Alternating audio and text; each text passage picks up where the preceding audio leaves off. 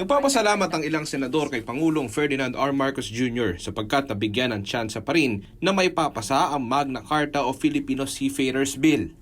Hindi muna pinirmahan ng Pangulo ang bill at paglalahad ni Senate President Juan Miguel Zubiri to ask for this recall to just improve. It's an improvement on the approving amendments, perfecting amendments, so that it would not be vetoed because the President had said that he also wanted this measure to be passed. There's just certain lines that he feels that are not in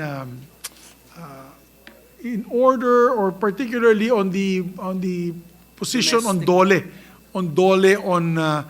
the jurisdiction. Ayon kay Zubiri, kung tutuusin, pwedeng i-veto ng Pangulo at back to zero ang panukala o babalik sa pinakaunang proseso ng pagpapanukala ng batas. Bagay na hindi naman ginawa ng Pangulong Marcos Jr.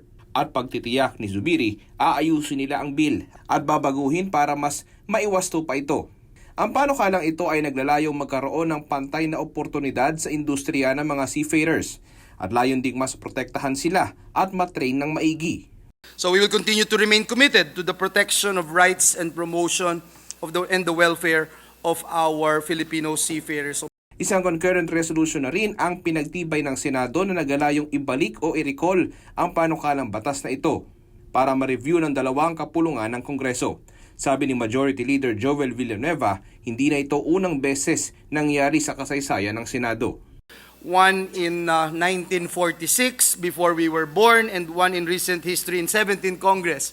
However, we emphasize and reiterate that Senate's policy of ensuring that measures are debated comprehensively and extensively in the halls of this august chamber remains.